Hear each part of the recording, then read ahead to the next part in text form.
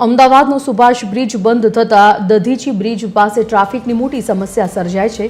Vadaj સર્કલથી Dadhichi બ્રિજના road પર ટ્રાફિકની સમસ્યા સર્જાઈ। અમદાવાદ પોલીસ કમિશનર GS મલિકે વાડજ સર્કલની મુલાકાત પણ લીધી હતી। ટ્રાફિકનો પ્રશ્ન કઈ રીતે ઉકેલાય તેની પણ સમીક્ષા કરવામાં આવી।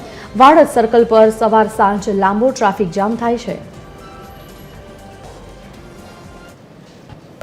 સુભાષ બ્રિજના બંધ થયા પછી થોડી ટ્રાફિકના ઇશ્યુઝ જે વધ્યા છે એમાં આજે વાડજ જે એરિયા છે વાડજ સર્કલ છે એમાં અહીંયા સૌથી વધારે પ્રોબ્લેમો આવી રહી છે।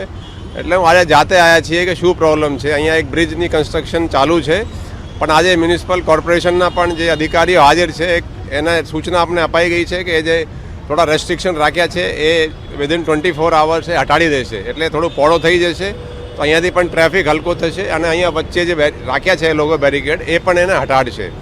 અને આ સિવાય આજે જ હું 250 પોલીસના જે માણસો છે કર્મચારીઓ છે એની જો રેગ્યુલર પોલીસ સ્ટેશનથી હું ટ્રાફિકમાં આજે જ ઓર્ડર કરવાના છીએ એટલે હોપફુલી ટ્રાફિકની સમસ્યા થોડી ઓછી થશે।